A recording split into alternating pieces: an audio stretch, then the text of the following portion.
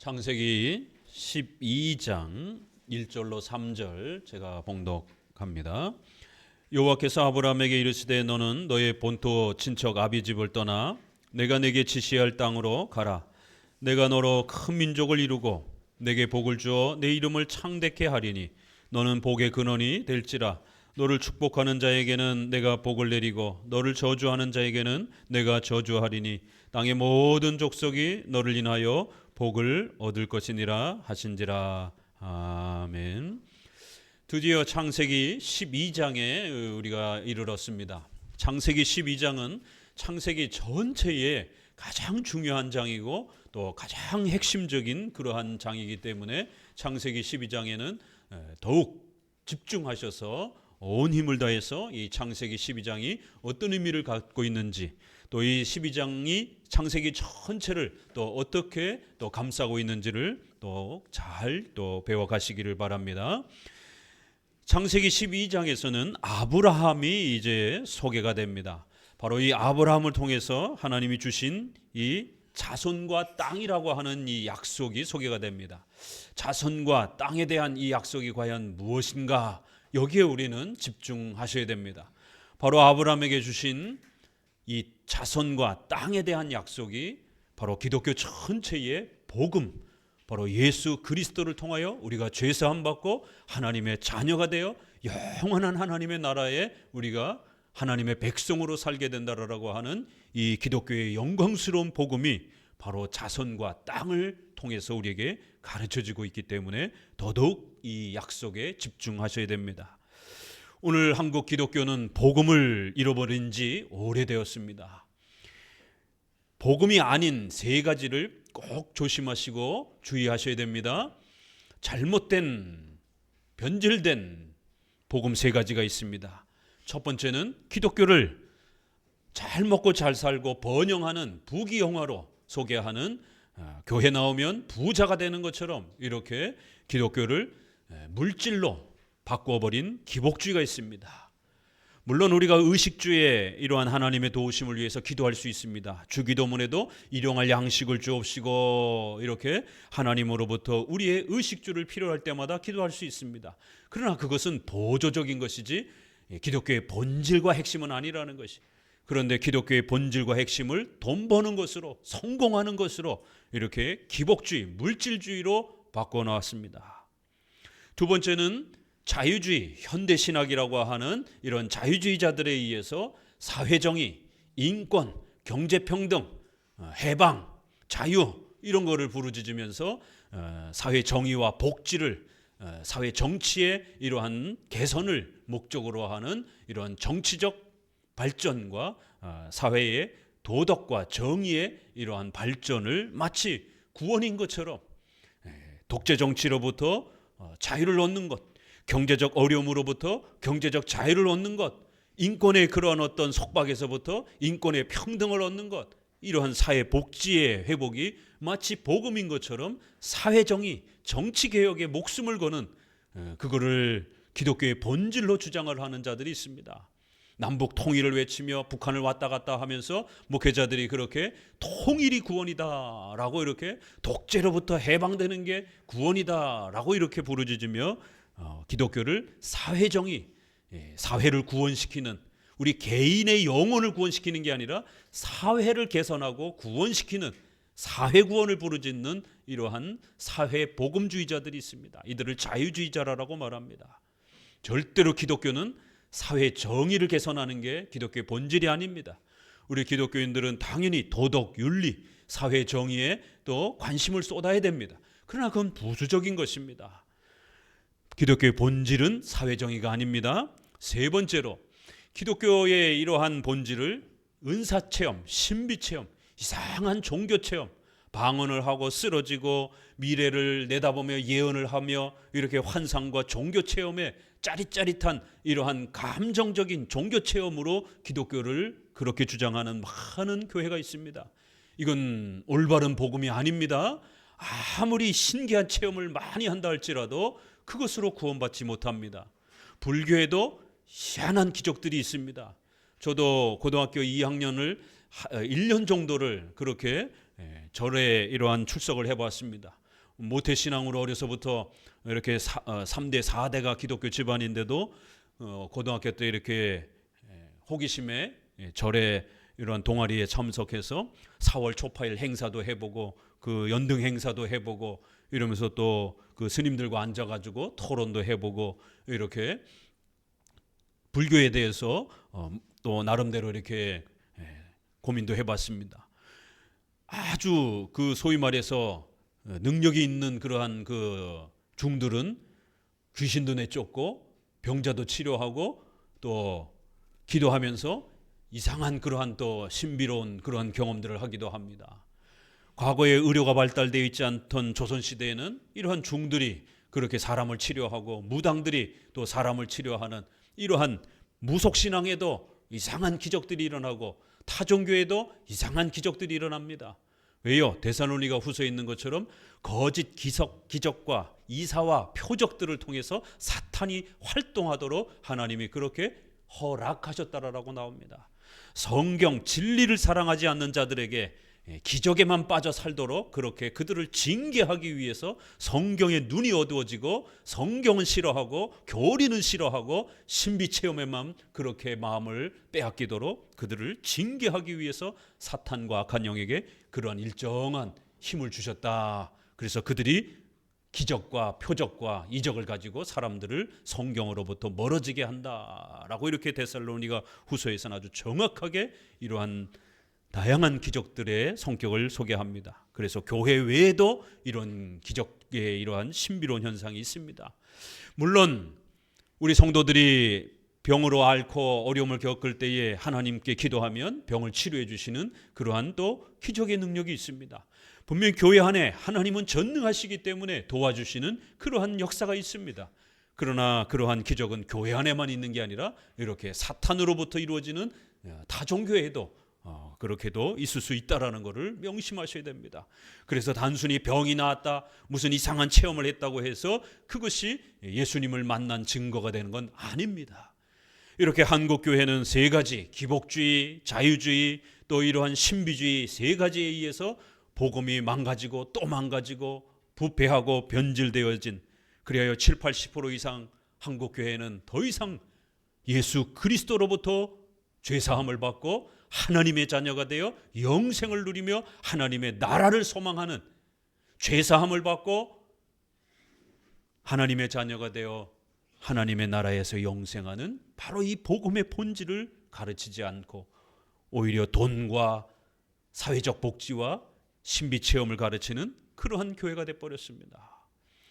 이 창세기 12장을 통해서 기독교의 복음의 본질이 무엇인지를 우리는 다시 한번 바르게 또 배우시고 그 내용을 잘 지켜갈 수 있도록 또 하나님 앞에서 굳은 결단과 또 결심을 해 나가셔야 됩니다.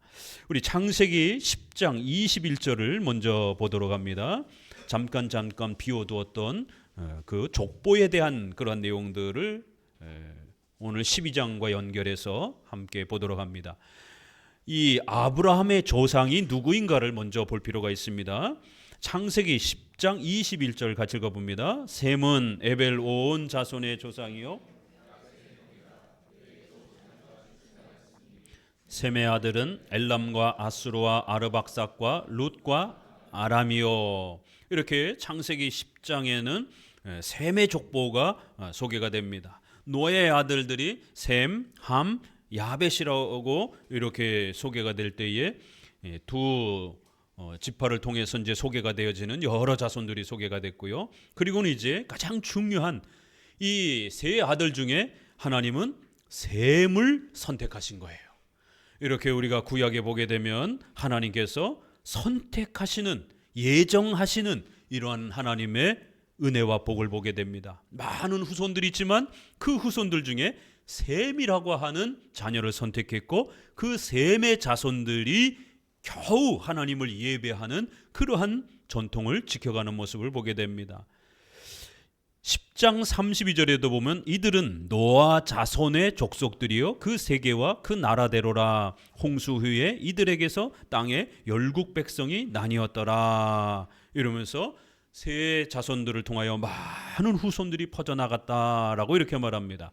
11장 10절에 셈의 족보가 다시 또 소개가 됩니다. 왜냐하면 바로 이 셈의 가문은 아브라함의 선조이기 때문에 바로 다시 한번 거듭 강조하는 겁니다. 창세기 11장 10절 읽습니다.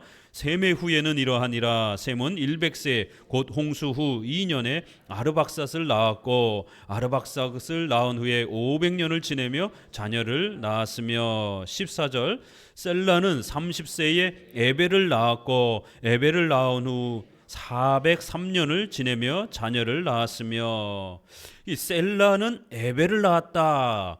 이제 히브리 발음에 우리 영어의 에치 발음, 그러니까 우리 한국의 히읗 또 이응 발음, 우리가 히읗 발음과 이응 발음이 우리말도 이렇게 섞이고 영어도 잘 섞이는 것처럼 히브리 말도 이게 이렇게 잘 섞입니다. 그래서 헤벨, 에벨 이거를 좀 이렇게 단축해서 발음하면 헤벨이지만 이렇게 늘려서 발음을 해보세요.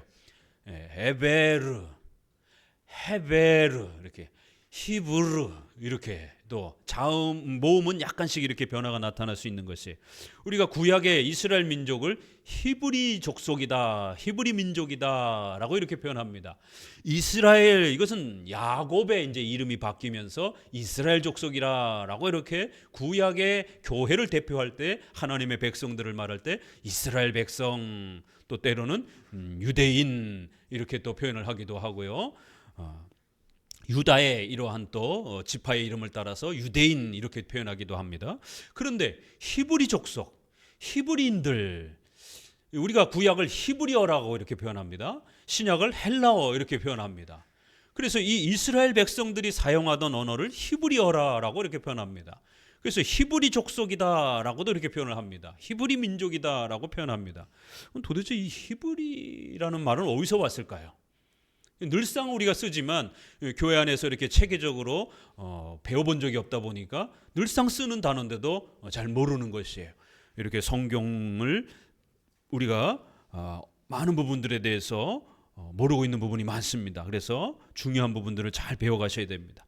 에벨, 헤벨, 에베르, 히브르. 이 히브르라는 이 단어는 강을 건너온 사람들, 강을 건넌 자 이런 뜻입니다. 이 히브리 단어가. 그러니까 이제 아브라함이 저기 이 터키의 이쪽 또 이라크 이쪽 지역인 지금 현대의 이 지역, 그래서 우르라고 하는 이 지역에서 이렇게 하란으로 거쳐서 가나안 땅으로 들어옵니다. 그럴 때에 티그리스 강 또 유프라테 강 이러한 그 중요한 강이 있습니다. 고대의 아주 유명한 강들이죠. 그 유프라테 강을 이렇게 건너서 이쪽 지역으로 이렇게 지중해 지역으로 넘어와야 됩니다. 그러니까 이쪽 그 중앙 아시아라고 하는 이 쪽에서 넘어오려면 이 큰 강을 넘어야 됩니다.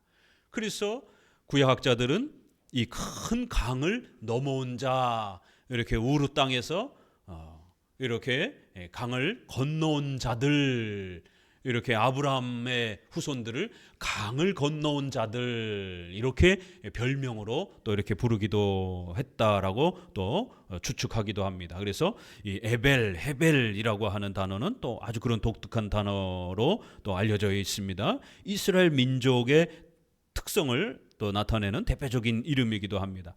18절에 벨렉은 30세에 루를 낳았고 루를 낳은 후에 109년을 지내며 자녀를 낳았으며, 그리고는 이제 25절을 봅니다. 이제 아브라함의 좀 더 가까운 조상이 소개가 됩니다. 25절 데라를 낳은 후 119년을 지내며 자녀를 낳았으며 데라는 70세에 아브람과 나홀과 하란을 낳았더라. 데라의 후에는 이러하니라. 데라는 아브람과 나홀과 하란을 낳았고 하란은 롯을 낳았으며 하란은 그 아비 데라보다 먼저 본토 갈대아 우르에서 죽었더라. 아브람과 나홀이 장가들었으니 아브람의 아내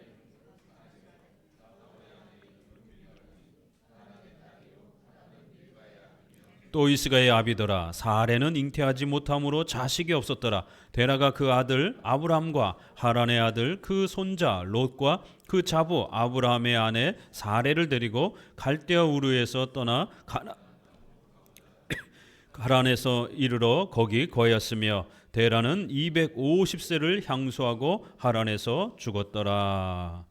자, 이렇게 아브라함의 아버지인 데라가 소개가 되고 그 데라로부터 아브라함, 나홀, 하란 이 세 아들을 낳았다. 데라가 이렇게 소개를 합니다. 그런데 이 하란은 일찍 죽었다. 이렇게 소개하고 결국 조카 롯만 남은 것으로 이렇게 소개를 합니다. 하나님께서는 이제 이 데라의 이 가족을 선택하시고 그 중에 아브라함을 선택하시는 것이. 자, 지금까지 우리가 보았던 수많은 족속들이 얼마나 많은 그 후손들이 퍼져나갑니까? 그런데 그 많은 후손들 중에 하나님이 데라를 선택하시고 그 데라의 가족 중에서도 특별히 아브라함을 선택하셔서 이제 자손과 땅에 대한 장차 메시아가 오실 것이다라고 하는 이 소중한 은혜 언약이라고 하는 이 약속을 아브라함에게 주시는 것입니다. 이렇게 구약의 하나님의 역사는 끊임없이 선택의 역사라는 것, 모든 백성을 선택한 게 아니라 일부의 특정한 백성을 하나님이 선택하셔서 그들에게 복음의 이 위대한 약속을 주시고 그들이 하나님의 이름을 부를 수 있도록 또 제사를 드릴 수 있도록 이렇게 예배를 드릴 수 있도록 신앙을 보존해 가시는 놀라운 구원의 역사들을 보게 됩니다. 먼저 우리가 그 배경을 좀 보게 되면 아브라함이 그 고향 땅 우르를 떠나는 것이 얼마나 어렵고 힘든 일이었는지를 오늘 이 창세기 11장 후반부를 통해서 먼저 배경을 우리는 좀 이해하셔야 됩니다. 여호수아서 말씀을 보게 되면은요 24장 2절에 이런 말씀이 있습니다. 여호수아가 모든 백성에게 이르되 이스라엘 하나님 여호와의 말씀에 옛적에 너희 조상들 곧 아브라함의 아비 나홀의 아비 데라가 강 저편에 거하여 다른 신들을 섬겼으나 내가 너희 조상 아브라함을 강 저편에서 이끌어내어 가나안으로 인도하여 온 땅을 두루 행하게 하고 그 씨를 번성케 하려고 그에게 이삭을 주었고. 이렇게 아브라함의 그 역사와 별명을 하나님이 어떻게 표현해요? 강 저편에서 이끌어내어 강을 건너오게 하셨다. 이렇게 성경 안에서도 아브라함이 강을 건너온 자다라고 이런 독특한 아브라함의 이러한 모습을 강을 건너온 자 이렇게 표현을 합니다. 자, 저 우루 바벨론이 속해 있는 그쯤 정도의 지역입니다. 한 9,000km 정도 지금의 거리로 따져보게 되면 10,000km 가까이 되는 어마어마한 그 거리입니다. 우르라고 하는 지역에서 우상의 이런 많은 부분들을 만들어서 팔고 또 그렇게 살아왔던 가문이었다라고 이렇게 말합니다. 신앙이 아주 없는 것은 아니었지만 신앙이 거의 없는 이러한 데라의 가문들을 보게 됩니다. 그런데 거기에서 아들 하나가 죽습니다. 하란은 이제 일찍 죽는 것이에요. 자, 그러면 이제 데라 입장에서 여러분 생각해 보시게 되면 일가 친척들이 다 그 우르라고 하는 지역에서 가문을 일구고 또 생계를 꾸리면서 그렇게 살아가고 있습니다. 그리고 거기에 또 한 아들이 먼저 일찍 아버지보다 세상을 떠났습니다. 아들의 무덤도 거기 있습니다. 이런 열악한 상황에서 하나님께서 그 아브라함을 택하셔서 하나님이 약속한 땅으로 가라라고 하셨을 때에 아브라함은 혼자 갈 수 없었기 때문에 아버지를 설득했어야 되고 또 다른 형제들을 조카도 설득을 해야 됩니다. 오늘 이 11장 본문 마지막 부분에 보게 되니까 데라가 아브라함을 데리고 그 며느리 사레를 데리고 조카 손주인 그 롯을 데리고 갔더라 하는데 누가 빠져 있습니까? 성경을 자세히 보니까 나홀이 빠져 있어요. 12장에도 보니까 나홀은 안 나옵니다. 그럼 우리가 추측하건대 나홀은 안 쫓아간 걸로 알 수가 있습니다. 분명히 함께 간 그 가족들은 다 이름을 구체적으로 소개하고 있는데 나홀에 대한 설명은 두 번씩이나 없습니다. 그러니까 결국 나홀은 자기가 정착하고 있었던 그 고향과 삶의 터전을 버리기 싫었던 것이에요. 아니 도대체 하나님이 누구간데 갑자기 알지도 못하는 저 먼 땅으로 이사를 가라라고 하는데 지금처럼 무슨 뭐 은행에다가 예치를 하고 아니면 금으로 바꿔갖고 가든가 이러면 편리할 텐데 옛날에는 뭐 그런 게 어디 가능합니까? 가축이 재산이고 땅이 재산인데 땅을 버리고 새로운 땅으로 가라고 그러면 재산의 절반이 뚝 끊기는 거고, 거기에 가축이라든가 이런 것들을 가지고 가게 되면 가다가 죽을 수도 있는 것이고 가난해질 수가 있는 겁니다. 생명이 위태로울 수 있는 생존의 위협을 받는 거예요. 그러니까 나홀은 안 간 겁니다. 데라도 많은 고민이 있었을 것입니다. 갑자기 아브라함이라는 아들이 하나님으로부터 명령을 받았습니다. 이 땅을 떠나서 알 수 없는 가나안 땅이라고 하는 땅을 향해 가야 합니다. 여러분 같았으면 가겠습니까? 결국 아버지는 연로한 그 나이 때문에 우르에서 떠나서 이렇게 중간 지역인 하란에서 죽었더라라고 이렇게, 하란에서 죽었더라 11장 31절에. 그러니까 출발하기도 전에 아버지는 연로하셔서 엄청 여행하기가 힘든 것이에요. 그러니 더더욱 데라는 아들이 가자라라고 했을 때 쉽게 움직일 수가 없는 겁니다. 또 아브라함도 연로하신 아버지를 모시고 언제 끝나야 될지 모르는 그 여행을 하자라라고 또 설득을 해야 되는, 가족을 설득하는 게 얼마나 어렵습니까? 여러분 가족 중에 아직도 예수님을 믿지 않는 가족들이 있다라면 가족을 설득하는 건 세상에서 제일 힘듭니다. 아버지를, 연로하신 아버지를 설득해야 됐고, 다른 형제인 나홀을 설득해야 했고, 또 아버지를 잃은 조카 롯을 또 설득해야 했고, 아브라함 혼자만 가는 게 아니라 그 가족들을 데리고 가도록 그렇게 명령하셨기 때문에 가족들을 될 수 있는 한 설득해서 다 데리고 가려고 그렇게 움직이는 것을 보게 됩니다. 그러나 나홀은 결국 가지 못했고 아버지와 조카 롯만 데리고 그렇게 이제 이동해 가는 모습을 보게 됩니다. 이렇게 아브라함이 하나님으로부터 명령받았던 이 자손에 대한, 땅에 대한 이 약속은 그리 호락호락한 그런 명령이 아닙니다. 지금 땅을 소개하고 있습니다. 어떤 땅으로 가라. 그렇지만 정든 생활의 터전을 벗어나서 모든 재산상의 손해를 포기하고 그렇게 신앙이라고 하는 이 하나 때문에, 하나님의 명령이라고 하는 이 하나를 순종하기 위해서 그 많은 재산을 포기해야 되고 많은 가족들과의 그런 안정된 삶을 포기해야 되는, 우리의 삶의 좋은 것들을 포기해야 되는 신앙 때문에 이런 선택을 해야 한다는 것, 이거 쉽지가 않은 일입니다. 또 11장에서는 느닷없이 결혼은 했지만 사레가 임신하지 못하였더라. 아브라함이 우르를 떠날 때 나이가 75세였더라라고 나이를 밝힙니다. 저 뒤에 가면 이제 사레의 나이도 나옵니다. 10년 차입니다. 65세에 이제 떠납니다. 보통 지금처럼도 과거에도 여성이 20대가 되면 얼마든지 임신할 수 있는 그러한 연령이 됩니다. 그런데 60이 되도록 자식이 없는 또 이러한 아브라함의 삶의 열악한 상황을 보게 됩니다. 땅을 떠나는 것, 과거에는 땅은 전 재산이고 생명을 유지하는 생존의 필수적인 수단입니다. 그런데 그 땅을 버리고 떠나라는 거예요. 하나님의 명령 하나만 믿고 하나님의 말씀만 믿고 떠나라는 것이에요. 그리고는 하나님은 자식이 없는 아브라함에게 그 땅에 머물러 자손이 번성하며 그렇게 살게 될 것이다라는 약속을 줍니다. 자손을 주겠다라는 약속을 줍니다. 현대의 의학을 통해서 우리가 인공수정이라든가 여러 가지 또 산부인과의 도움을 받을 수 있습니다. 그러나 과거에는 그러한 의료가 발달되어 있지 않기 때문에 이 나이가 되도록 65세가 되도록 아이를 출산하지 못한 사례는 여전히 불임으로 계속 아이를 출산하지 못하는 상태에 있을 수밖에 없는 거예요. 그런데 하나님께서는 자손도 없는 아브라함에게 자식을 주겠다라고 하는 명령을 하십니다.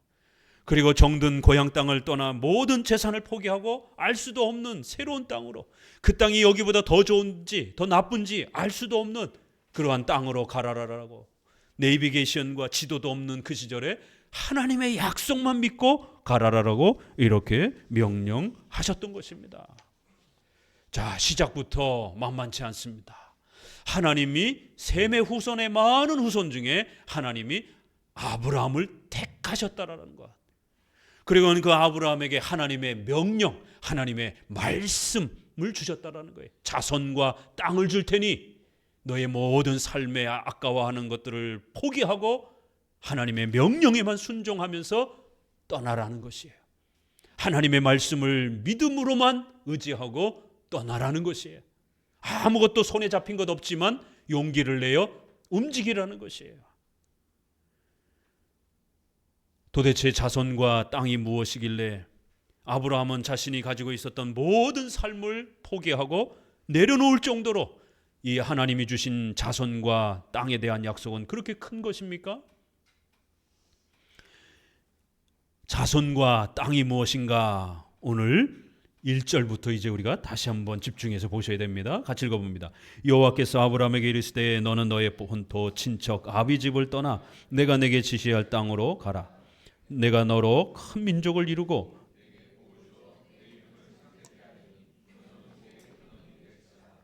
너를 축복하는 자에게는 내가 복을 내리고 너를 저주하는 자에게는 내가 저주하느니 땅의 모든 족속이 너를 인하여 복을 얻을 것이니라 하신지라.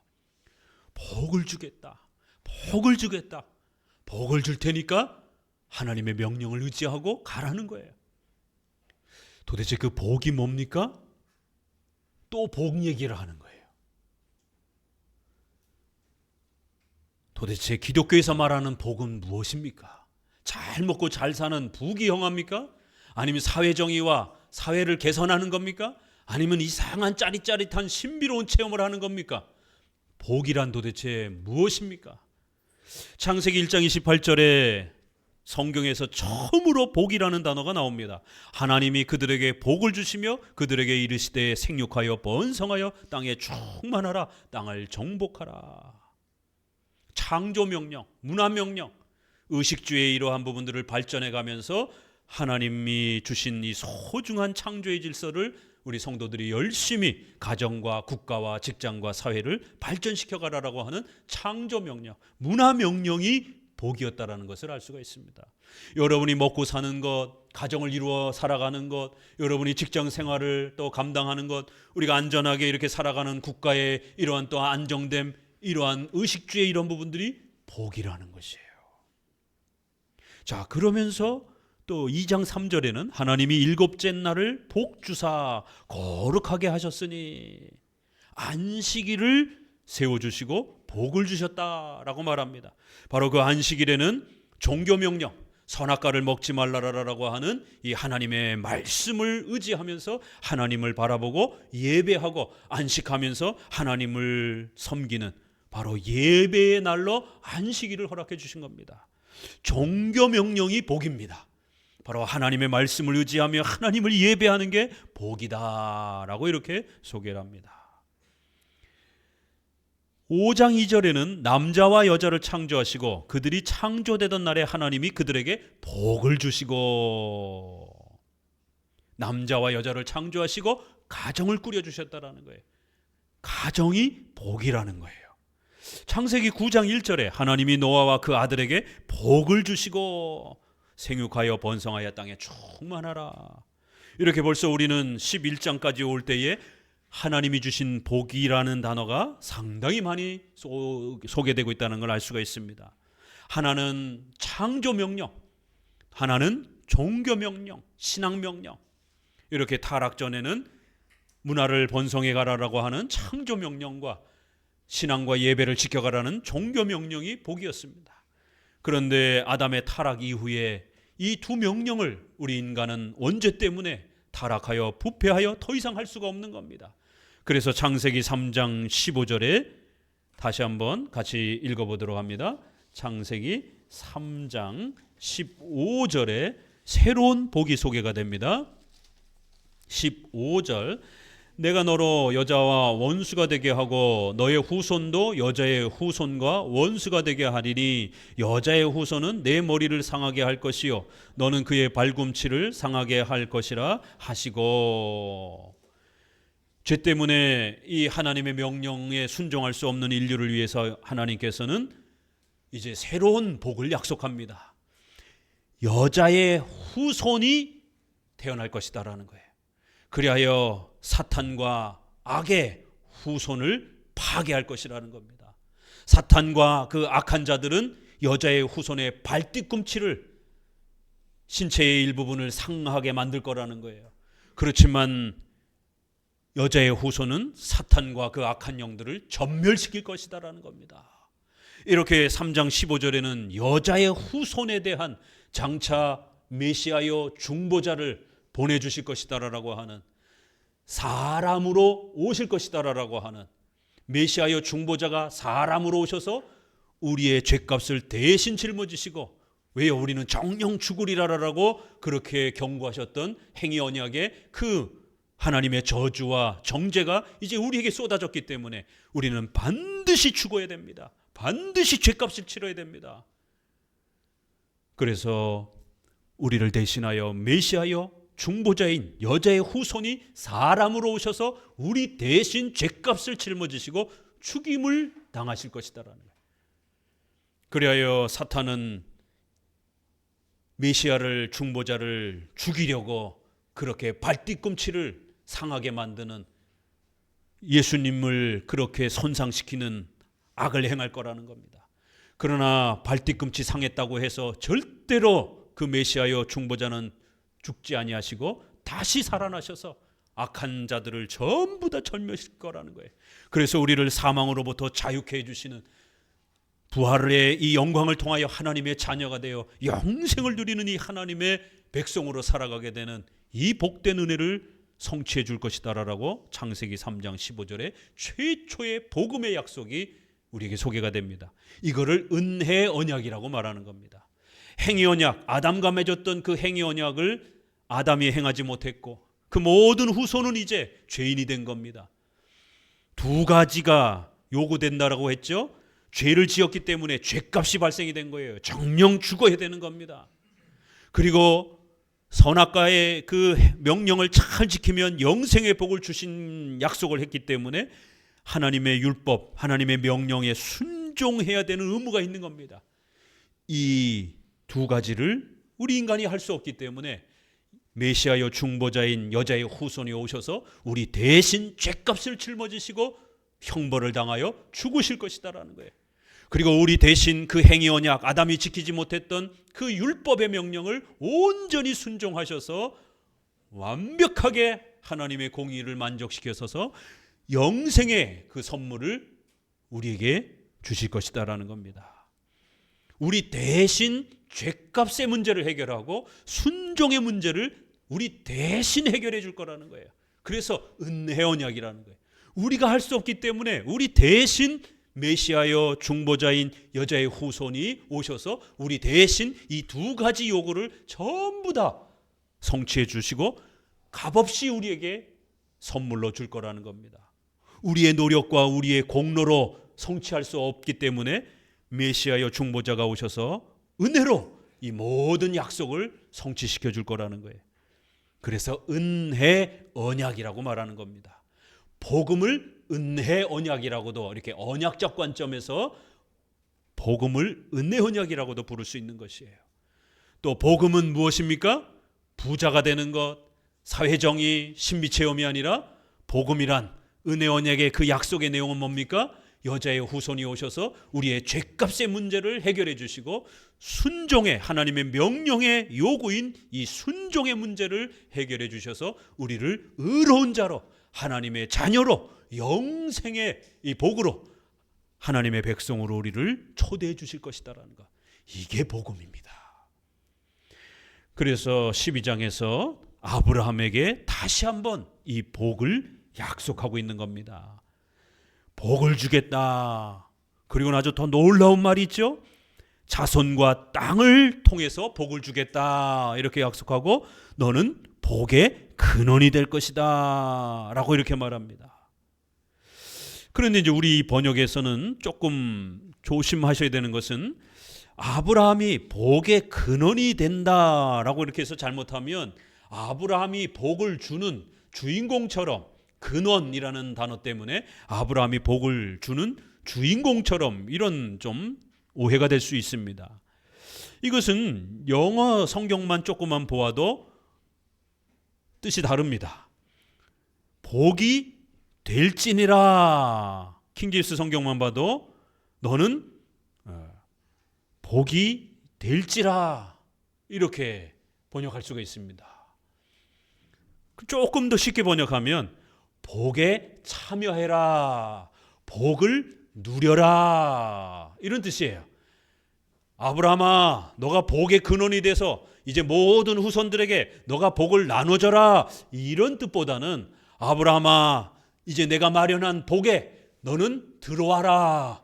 아브라함아, 이 복을 마음껏 누려봐라. 아브라함아, 이 복에 참여해라.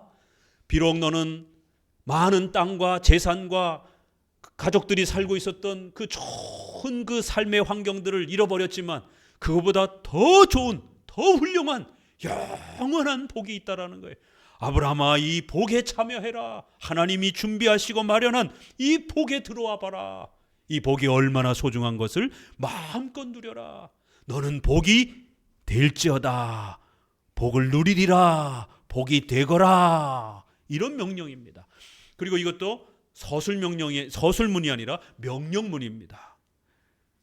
우리 번역은 너는 복의 근원이 될지라. 우리 말도 라로 끝나면 약간의 명령적 표현은 있지만 이게 아주 명령문인지 확연하게 잘 드러나지는 않습니다. 명령문입니다. 아브라함아, 내 복으로 들어와라. 이 복을 누려라 라고 이렇게 초대하는 겁니다. 아브라함아, 복음을 얻어라. 아브라함아, 복음을 찾아라. 복음을 얻어라. 이런 표현인 것이죠. 하나님께서는 이렇게 몇 가지 구절을 통해서 아브라함에게 놀라운 이 복의 약속을 주십니다. 그리고는 이 복이 얼마나 대단한지 3절을 보게 되면 너뿐만 아니라 너로 인해서 많은 후손들이 복을 누리게 될 거라는 거예요. 이 복은 얼마나 대단한지 너에게 머물러 있지 않을 것이라는 겁니다. 너뿐만 아니라 너를 축복하는 자를 내가 축복할 것이고 너를 저주하는 자를 저주할 정도로 너에게 준 이 복은 많은 사람들이 흠모하게 될 것이고 많은 자손들이 너의 복을 존중하고 너의 복을 사랑하고 너에게 주었던 아브라함에게 주어진 이 복을 후손들이 소중하게 여기고 간직하고 본인들도 그 복에 참여하기를 바라고 아브라함이 얻었던 그 복을 칭송하고 사모하고 이렇게 아브라함이 얻었던 그 복을 갈망하게 되면 그들도 복을 받을 것이다라는 거예요. 그런데 만약 아브라함에게 주어졌던 이 복을 깔보고 조롱하고 우습게 여기고 외면하고 거절해버리게 되면 그들은 저주를 받을 것이다라는 거예요. 벌써 이 전도의 이런 개념이 벌써 이 단어 안에 다 드러나는 겁니다. 오늘날 우리 예수 믿는 성도들을 세상 사람들은 불신자들은 얼마나 깔봅니까? 도대체 하나님이 어디 있다고 눈에 보이지도 않는데 저 사람들은 매주마다 저렇게 예배드리러 가는가? 그 시간에 놀러 가지 왜 저렇게 힘든 고생을 사서 하는가? 왜 교회를 섬기느냐라고 저렇게 많은 재정적 희생을 하는가? 바보들 아닌가? 그 돈 아껴가지고 투자해가지고 자식들하고 잘 먹고 잘 살지 왜 그 아까운 재정을 가지고 교회를 섬기느냐라고 저렇게 난린가? 저 TV에 나오는 저 사이비 교주들 봐. 성도들 돈 다 뜯어가지고 저렇게 배불리고 아유 세상에 아직도 바보 멍충이들이 있구나. 저렇게 엉뚱한 데 갔다가 돈을 쏟아붓는 자들이 있구나. 그 사람들 입장에서야 뭐 사이비 교주하고 정통 기독교하고 뭐 비교가 되나요? 뭐 분별이 됩니까? 그냥 다 십자가 걸려 있으면 다 같은 교회처럼 보이는 거죠. 교회는 돈 뜯어먹는 곳이야. 성도들 돈 훔쳐가는 곳이야. 절대로 교회 가면 안 돼. 전 재산 잃어버려 잘못하다가는. 이런 식으로 교회를 조롱하고 깔보고 성도들이 믿음으로 기도하고 신을 향하여 사모하는 그러한 자세들을 아주 조롱합니다. 하나님은 아브라함에게 아브라함아 너에게 약속한 자손과 이 땅에 대한 이 복을 만약 너희의 후손들이 칭송하고 사랑하고 사모하면 그들도 이 복에 참여할 것이고, 그러나 만약 그들이 너에게 주어진 이 복을 우습게 여기고 깔보게 되면 그들은 영원한 저주를 받을 것이다라는 거예요. 복과 저주라는 단어가 오늘 이 본문에 아주 명확하게 나타납니다. 아브라함에게 주신 이 은혜 언약, 바로 이 자손과 땅에 대한 이 약속, 먼 미래에 메시아여 중보자가 오실 것이다라는 것, 여자의 후손 사람으로 오셔서 우리 대신 죽으실 것이고, 단지 죽으시는 것에서 끝나는 게 아니라 부활하여 영원한 영생의 이 복을 우리에게 주실 것이다라는 것, 바로 이 약속을 함께 간직하게 되면 하나님이 주시는 영생의 복을, 죄사함을 받아 영생하는 하나님의 나라에 참여하는 복을 누릴 거라는 거예요. 그러나 하나님이 약속하신 이 복을 우습게 여기고 깔보고 조롱하게 되면 영원한 저주와 형벌과 죽음을 당할 것이다라는 겁니다. 이 창세기 12장 1절에서 3절까지 로마서의 이 어마어마한 이신칭의와 기독교의 구원에 대한 이 모든 내용들이 이 3절 안에 다 녹아들어 있습니다. 자, 이제 하나씩 조금 더 보도록 합니다. 로마서 4장 16절을 같이 읽어봅니다. 로마서 4장 16절에 아브라함에 대해서 언급합니다.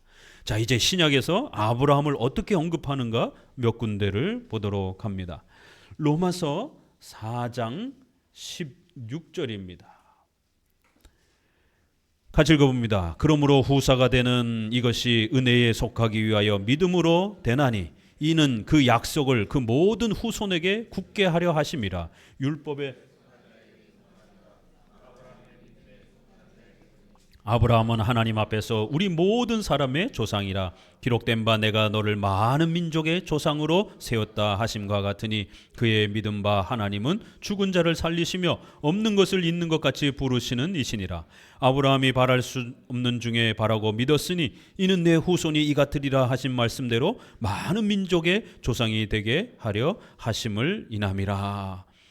이렇게 로마서는 오직 믿음으로 우리가 예수 그리스도를 믿음으로 구원받는다라고 하는, 예수님이 우리 대신 십자가에 죽으심으로 그 희생을 통해서 우리가 죄 씻음 받는다라고 하는, 죄 사함 받는다라고 하는, 그리고는 이제 예수님이 율법에 순종하셔서 아담이 순종하지 못했던 그 모든 율법의 요구를, 영생의 그 요구를 충족시켜서 이제 그 모든 걸 우리에게 주신다라고 하는 죄사함에 대한, 죄값에 대한 문제, 또 순종을 통하여 영생을 얻으시는 의에 대한 문제, 이것을 예수님이 이루어 주신다라고 설명하면서 봐라, 아브라함의 시대에도 이것이 이미 예언되어져 있었다. 아브라함도 바로 이러한 복음을 소망한 것이다 라고 이렇게 아브라함을 소개하는 겁니다. 은혜에 속하기 위하여 믿음으로 이루어지는 이 약속, 이는 그 약속을 그 모든 후손에게도 굳게 세워주는 그런 약속이라는 거예요. 아브라함의 믿음에 속한 자에게도 주어지는 것이다라는 거예요. 아브라함뿐만 아니라 아브라함이 받은 그 복을 사모하는 모든 후손들에게도 동일하게 주어지는 복이라는 거예요. 그런 면에서 아브라함은 믿음의 본보기와 같은 믿음의 조상의 역할도 하게 된다라는 겁니다. 아, 구원이란 이런 것이구나. 아, 이렇게 구원받는 것이구나. 아, 이렇게 죄로부터 구원받는 것이구나. 아, 복음이란 이런 것이구나. 이렇게 아브라함은 모든 후손의 믿음의 초상의 모습처럼 본보기로서 구원받는 게 무엇인지, 하나님의 자녀가 된다는 게 무엇인지를 알려주는 소중한 역할을 감당했다라고 말을 합니다. 자, 이제 이러한 아브라함의 복을 성경은 좀 더 적극적으로 설명합니다. 시편 1편 1절에 복 있는 사람은 악인의 꾀를 쫓지 아니하며 죄인의 길에 서지 아니하며 오만한 자리에 앉지 아니하고 오직 여호와의 율법을 즐거워하며 그 율법을 주야로 묵상하는 자로다. 시편은 시작하자마자 복이여 라고 외칩니다. 세상 사람들이여 이 복을 들으라 라고 복이여 라고 외칩니다. 도대체 기독교가 말하는 복이 무엇인가? 그거는 죄악된 삶 속에 있지 아니하고 죄악에 거하지 아니하고 하나님의 말씀을 믿고 의지하는 것, 이게 복이라는 거예요. 마태복음 5장 3절에서는 심령이 가난한 자는 복이 있나니 천국이 저희 것이며, 애통하는 자는 복이 있나니 저희는 위로를 받을 것이며 온유한 자는 복이 있나니 저희가 땅을 기업으로 받을 것이라. 땅을 받을 거라고 약속합니다. 아브라함에게 약속했던 그 땅, 신약에서도 다시 예수님이 바로 아브라함에게 주었던 그 땅을 기업으로 받을 것이라고 약속합니다. 그러면 그 땅은 무엇이겠습니까? 자, 자손과 땅에 대해서 계속 고민하는 것이, 심령이 가난하고 애통하며 죄에 대해서 애통하고 의를 갈망하는 것. 5장 11절에 나를 인하여, 예수 그리스도를 인하여 욕하고 핍박하고 거짓으로 너희를 거스려 모든 악한 말을 할 때 너희에게 복이 있다. 예수님 때문에 고난과 핍박을 받으면 복이 있다라는 것이, 결국 마태복음에서도 팔복을 통해서 소개하는 것은 예수님을 믿고 의지하는 복을 말하는 겁니다. 자, 갈라디아서 우리 같이 읽어봅니다. 갈라디아서는 이제 이 아브라함에게 약속하셨던 자손과 땅에 대한 약속이 아주 명확하게 소개가 됩니다. 갈라디아서 3장 11절 같이 읽습니다. 또 하나님 앞에서 아무나 율법으로 말미암아 의롭게 되지 못할 것은, 율법은 믿음에서 난 것이 아니라 이를 행하는 자는 그 가운데 살리라 하였느니라. 그리스도께서 우리를 위하여 저주를 받은 바 되사 율법의 저주에서 우리를 속량하셨으니 기록된 바 나무에 달린 자마다 저주 아래 있는 자라 하였습니다. 이는 그리스도 예수 안에서 아브라함의 복이 이방인에게 미치게 하고 또 우리로 하여금 믿음으로 말미암아 약속의 성령의 약속을 받게 하려 하심이니라. 형제들아, 사람의 예대로 말하노니 사람의 언약이라도 정한 후에는 아무나 패하거나 더하거나 하지 못하느니라. 이 약속들은 아브라함과 그 자손에게 말씀하신 것인데 여럿을 가리켜 그 자손들이라 하지 아니하고 오직 하나를 가리켜 내 자손이라 하셨으니 곧 그리스도라. 율법으로 의롭게 될 수가 없는 거예요. 왜요? 아담과 그 모든 후손은 타락하여 죄인이 되었기 때문에 우리는 더 이상 그 율법에 순종할 수가 없는 겁니다. 행위 언약에 순종할 수가 없는 거예요. 3장 12절에 그 행위 언약 율법에 순종하면 의를 얻는 겁니다. 이를 행하는 자는 그 가운데 살리라. 누구든지 아담에게 주었던 그 엄격한 하나님의 명령의 요구에 완전히 순종하면 의를 얻는 거예요. 근데 문제는 어떤 인간도 이제 죄인이 되었기 때문에 이걸 성취할 수가 없는 겁니다. 그래서 그 메시아여 중보자인 여자의 후손인 여러 자손들을 아브라함에게 말한 게 아니라 하나, 딱 하나를 가리켜 그 자손이라고 말한 거라는 거예요. 바로 예수 그리스도, 메시아여 중보자이신 바로 이 땅에 사람으로 오신 하나님의 아들이신 예수 그리스도를 그 자손이라고 말한 거예요. 그 자손이 이 땅에 오셔서 우리 대신 율법의 그 요구, 정령 죽으리라고 하는 하나님의 저주와 정죄를 우리 대신 받으시고 율법이 요구하는 그 순종, 열심히 완벽하게 순종하면 영생을 주겠다고 하는 그 율법의 요구를 얻어주셨다라는 거예요. 그리하여 율법의 저주와 그 율법의 공의로운 요구에 완벽하게 성취해 주셨다라는 겁니다. 그리하여 우리를 속량, 우리를 죄에서 자유케 해주셨다라는 거예요. 바로 이 복은 예수 그리스도 안에서 아브라함에게 주어졌던 복이라는 겁니다. 그리하여 그 아브라함의 복이 이방인에게까지도 그렇게 퍼져나가도록 약속하신 것이고 또 이방인뿐만 아니라 그의 후손들, 우리로 하여금 이제 예수 그리스도를 믿고 의지하면 우리도 얼마든지 그 성령의 약속, 아브라함에게 주셨던 죄사함의 약속, 하나님의 자녀가 되는 이 귀한 복음의 약속을 얻게 해주신 것이다라는 겁니다. 계시록 19장 9절에는 이제 성경을 마치면서 천사가 내게 말하기를 기록하라. 어린 양의 혼인잔치에 청함을 입은 자들이 복이 있도다. 누가 복이 있다고요? 기독교의 복은 무엇이라고요? 어린 양의 혼인잔치, 예수 그리스도가 우리를 초대하는, 그리하여 우리가 예수 그리스도의 신부가 되는, 그래서 결혼잔치처럼 그리스도를 우리의 신랑으로 소개하고 우리는 신부로 이렇게 복음을 이렇게 결혼잔치로도 비유를 합니다. 그리스도를 믿고 의지하는 이것이 복이다라고 말합니다. 계시록 20장 6절 마지막에는 이 첫째 부활에 참여하는 자들이 복이 있고 거룩하도다. 둘째 사망이 그들을 다스릴 권세가 없다. 첫째 부활이 있고 둘째 부활이 있다라고 말합니다. 첫째 부활은 뭐예요?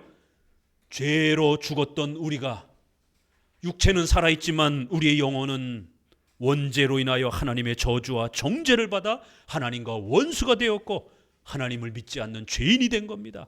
이 영혼의 불신앙의 상태를 성경은 첫 번째 죽음이라 이렇게 말합니다. 그러한 자들이 예수님의 희생을 통하여 우리가 다시 살아났다라는 거예요. 거듭남, 중생했다라고 말합니다. 부활했다라고 말합니다.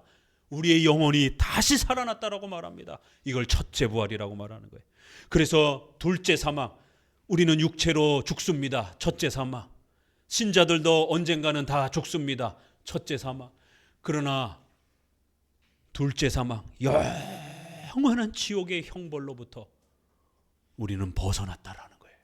영원한 지옥의 형벌이, 영원한 사망이 우리를 다스릴 수 없다라는 거예요. 이렇게 계시록의 마지막에도 기독교가 말하는 복이란 이 첫째 부활, 우리의 영혼이 거듭나서 하나님의 자녀가 되고 영생을 누리는 것, 이것이 바로 기독교의 복음입니다 라고 말하는 겁니다. 바로 아브라함에게 주셨던 그 자손에 대한 약속은 사라가 아이를 갖지도 못할 정도로 불임의 상태에 놓여 있는 열악한 상황이었지만 하나님의 구원의 능력과 역사는 인간의 이러한 힘에 상관없습니다. 인간이 돈이 있느냐, 힘이 있느냐, 건강하느냐 상관없는 것이, 하나님의 구원의 역사는 전능하신 하나님이 이루어 가신다라는 거예요. 하나님이 택한 백성들 안에서 하나님이 준비해 주신 메시아의 이러한 역사를 통하여 이루어 가시는 것이다라는 거예요. 그래서 일부러 사례가 아이를 갖지 못하도록 인간의 절망과 인간의 그러한 모든 능력을 포기하게 만들고 하나님이 역사하셔서 그 자손을 세워주시고 보내주시는 구원의 역사를 더더욱 이렇게 강조하는 겁니다. 바로 그 자손은 오직 하나, 예수 그리스도 메시아 여자의 후손을 말하는 것입니다. 그리고는 이제 약속하신 땅은 돈, 국가 정부가 아니라 바로 하나님의 나라, 하나님의 백성, 하나님의 자녀가 되는 것, 바로 이것을 말하는 거예요. 그리하여 고대에는 국가의 이러한 땅을 모형으로, 비유로 백성들에게 가르치면서 우리가 안전하게, 적들로부터 이렇게 안전하게 살아가고 생명과 재산을 가지고 지키며 가정을 꾸리고 살아갈 수 있도록 이렇게 모든 안전을 국가가 도와주는 것처럼 이렇게 아주 놀라운 왕국이 준비되어 있다라고, 국가가 준비되어 있다라고, 땅이 준비되어 있다라고 이렇게 약속하는 겁니다. 그래서 아브라함에게는 땅으로 약속을 하는 거고 다윗에게는 왕국으로 이렇게 약속을 하는 것입니다. 자, 어디를 보시냐면 이제 우리 땅에 대한 부분들을 좀 더 살펴봅니다. 사도행전 13장 19절입니다. 가나안 땅은 어느 정도 면적이냐면 강원도, 경상도 정도입니다. 굉장히 작은 땅이에요. 그러니까 우리가 생각하는 것처럼 굉장히 거대한 땅이 아닙니다. 아주 조그마한 땅입니다. 거기에 한 3% 내지 5% 정도, 우리가 지도를 볼 때 이 지중해 연안 쪽에 바닷가 쪽으로의 지금 가자지구, 이렇게 연일 뉴스에서 나오잖아요.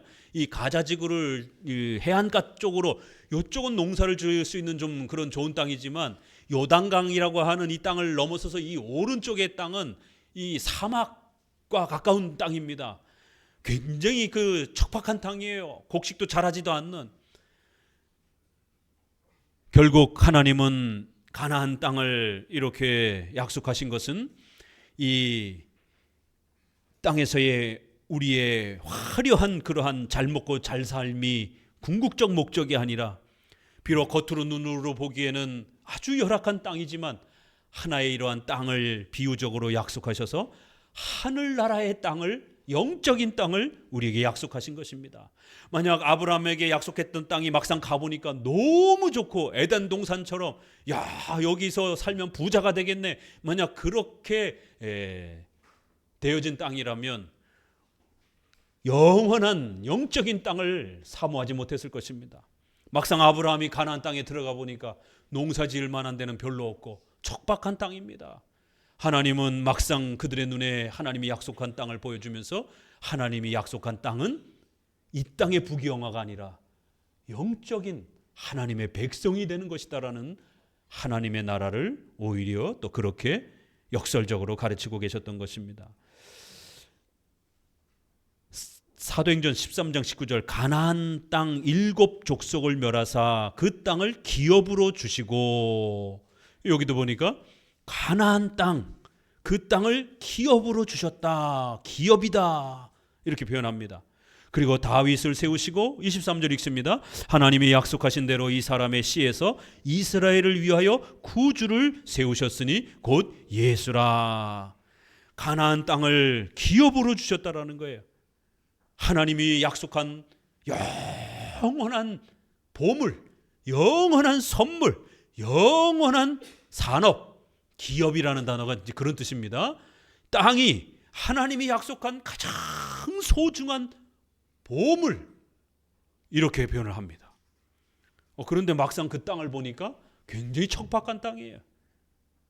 하나님이 이런 땅을 주려고 그 우르에서 떠나오게 하셨는가? 우르에 있는 땅이 훨씬 더 좋은 것 같은데, 하나님은 외적인 이러한 땅의 수단을 통해서 영적인 하늘나라를 기업으로 약속하시고 계셨던 겁니다. 바로 그 땅에서 다윗이 태어나고 그 다윗의 왕국을 통하여 예수 그리스도를 구주로 세웠다라고 말합니다. 자, 에베소서 5장 5절에는 너희도 이것을 정령이 알거니와 음행하는 자나 더러운 자나 탐하는 자 곧 우상 숭배하는 자는 다 그리스도와 하나님의 나라에서 기업을 얻지 못하리니. 이렇게 성경은 점점 하나님의 나라가 기업이다 이렇게 소개를 합니다. 요한복음 18장 36절에는 예수께서 대답하시되 내 나라는 이 세상에 속한 것이 아니라, 만일 내 나라가 이 세상에 속한 것이었다면 내 종들이 싸워 나로 유대인들에게 넘기우지 않게 하였으리라. 이제 내 나라는 여기에 속한 것이 아니니라. 이렇게 점점 신약 성경에는 하나님의 나라라고 하는 것은 이 땅의 국가적인, 영토적인, 물질적인 그런 게 아니라는 거예요. 하나님의 나라는 영적인 거라는 겁니다. 히브리서 11장 8절을 결론으로 읽어봅니다. 히브리서 11장 8절에 다시 한번 아브라함이 소망했던 이 가나안 땅이 무엇인지를 이렇게 소개합니다. 히브리서 11장 8절 같이 읽습니다. 믿음으로 아브라함은 부르심을 받았을 때 순종하여 장래 기업으로 받을 땅에 나갈새 갈 바를 알지 못하고 나아갔으며, 믿음으로 저가 외방에 있는 것 같이 약속하신 땅에 우거하여 동일한 약속을 유업으로 함께 받은 이삭과 야곱으로 더불어 장막에 거하였으니 이는 하나님의 경영하시고 지으실 터가 있는 성을 바랐음이라. 아브라함에게 준 그 자손과 땅의 약속이 무엇인지를 히브리서는 이렇게 자세하게 소개합니다. 장래 기업으로 받을 땅을 의지하고 나아갔다라는 거예요. 믿음으로 나아간 거라는 겁니다. 하나님이 약속하신 땅에 거하였고 그 약속한 그 유업을 자손들에게도 그렇게 소개해 줬다라는 거예요. 그 땅은 부귀영화와 신비체험이 아니라 하나님이 경영하시고 하나님이 세우시고 통치하시는 성이라는 거예요.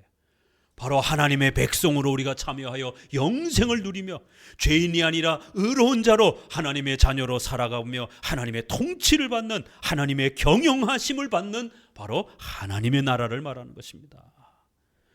오늘 바로 창세기 12장을 통해서 이렇게 예수 그리스도 여자의 후손을 약속하고 있는 것이고, 바로 그 메시아가 오셔서 우리 대신 희생하시고 죄값을 치르시며 우리를 죄로부터 사함받을 수 있도록 해주시는 것, 그리하여 하나님의 자녀가 되도록 영생의 복을 우리에게 초대해 주시는 것, 이것이 바로 자손과 땅에 대한 약속이다라고 이렇게 소개하고 있는 겁니다.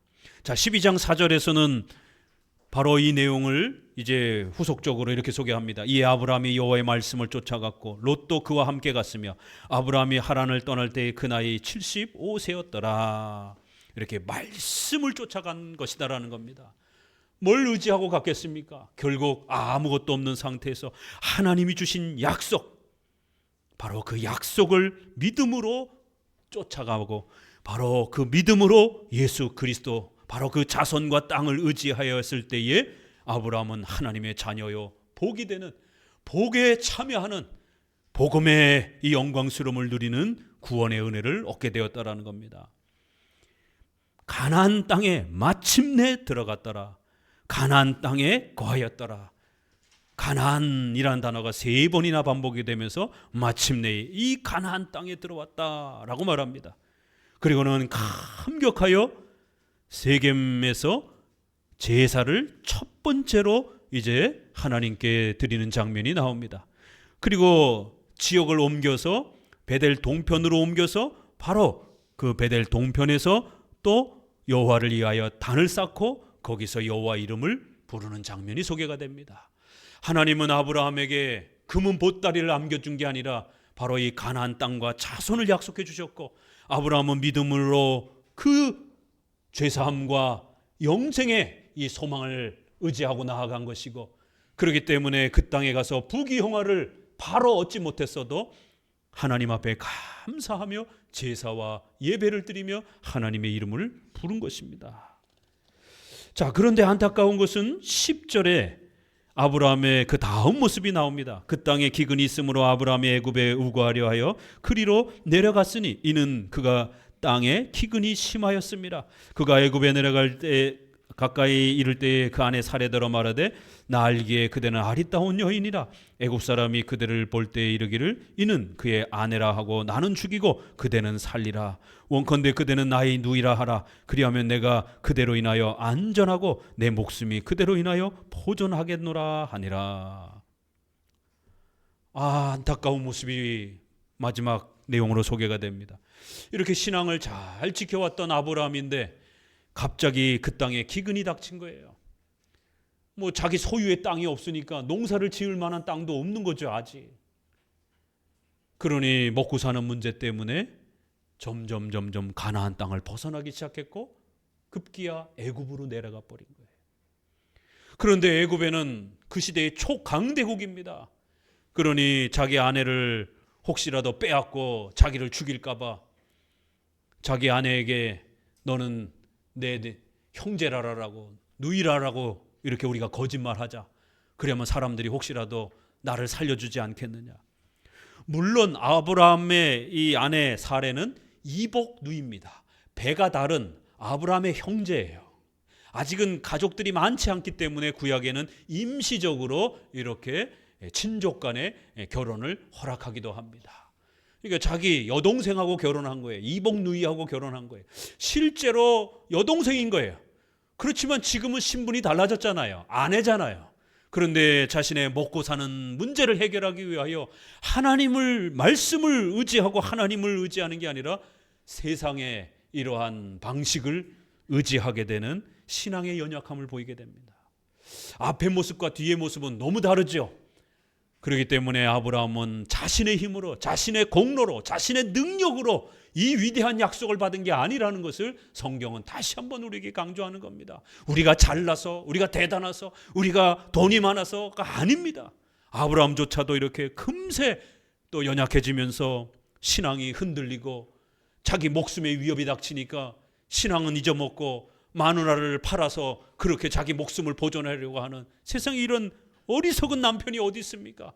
자기 생명 보존하자라고 아내를 팔아먹는 이러한 아브라함의 안타까운 불신앙의 모습을 보게 되는 것이, 아니나 다를까 결국 애굽 왕의 신하들의 눈에 들었고, 그래서 신하들이 그 65세대는 지금 보면 나이가 많은 할머니에 해당이 되지만 하나님이 특별히 또 사례를 늙지 않도록, 빨리 늙지 않도록 더 아름다움을 잘 보존해 주신 것들로 우리가 추론할 수 있습니다.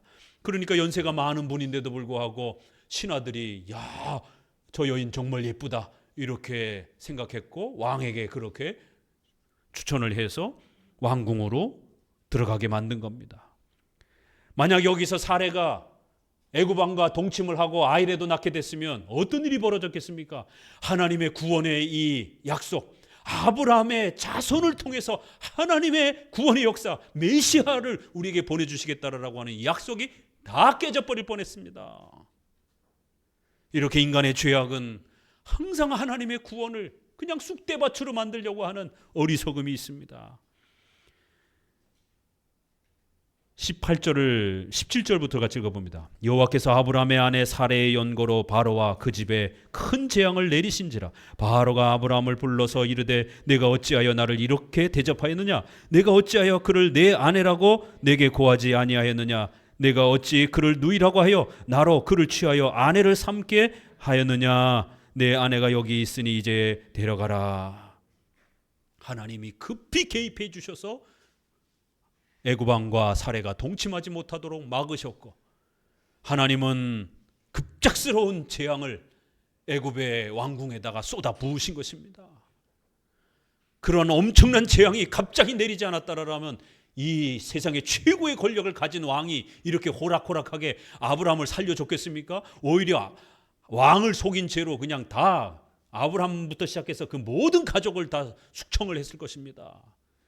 하나님께서 무섭게 애굽 왕의 왕궁에다가 재앙을 쏟아부으셔서 아브라함은 보통 사람이 아니다라는 것을 그렇게 알리셨고, 그래서 절대로 그 아내를 건드려서는 안 된다라는 것을 경고하셨고, 그래서 놀래 자빠져서 애굽 왕은 불이 나게 결국 아브라함을 데려와서 데려가라라고 그렇게 보내준 겁니다. 결국 하나님의 말씀을 계속 붙잡지 못했던 아브라함은 이방 사람 불신자에게 온갖 수모와 책망을 당하면서 왜 너 나에게 이렇게 됐느냐, 거짓말을 했느냐라고 오히려 불신자에게 책망을 받는 이러한 수치를 또 당하기도 한 겁니다. 하나님은 이렇게 급히 개입하셔서 아브라함의 죄를 막아주셨고, 그리하여 아브라함과 사레를 통해서 바로 그들을 통해서 메시아가 여자의 후손으로 오실 것이다라고 하는 이 약속을 계속해서 유지하도록 하나님은 구원의 이 역사를 보존해 주신 것입니다. 이렇게 12장은 하나님의 구원은 인간이 만들어가는 게 아니라 하나님이 만들어 주셔서 전폭적인 은혜로 우리 대신 이 땅의 여자의 후손으로 그 하나님의 영원한 아들이신 예수님이 이 땅에 오셔서 우리 대신 십자가에 죽으시고 우리 대신 율법에 순종하시고 부활하심으로 우리를 하나님의 자녀로 초대하신 바로 이 은혜를 우리에게 값없이 주신 이 혜택을 우리가 받고 있는 것입니다.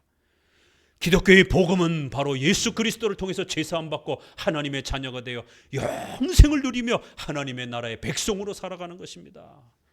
이 복음을 잘 간직하시기 바랍니다. 오늘 우리 시대에 이 복음이 무너지는 이 안타까운 모습을 봅니다. 가슴이 찢어집니다. 교회가 복음을 가르치지 않는 안타까운 모습을 보게 됩니다. 성도들조차도 교회에 복음을 들으러 오는 게 아니라 그저 교제하러, 장사하러, 여러 가지 그런 정치적 목적으로의 커뮤니티를 형성하려고 오는 것을 보게 됩니다. 교회는 그런 곳이 아닙니다. 교회는 죄사함의 비밀을 가르쳐주고 하나님의 자녀가 되어 영생하는 것을 가르쳐주는 게 교회인 것입니다.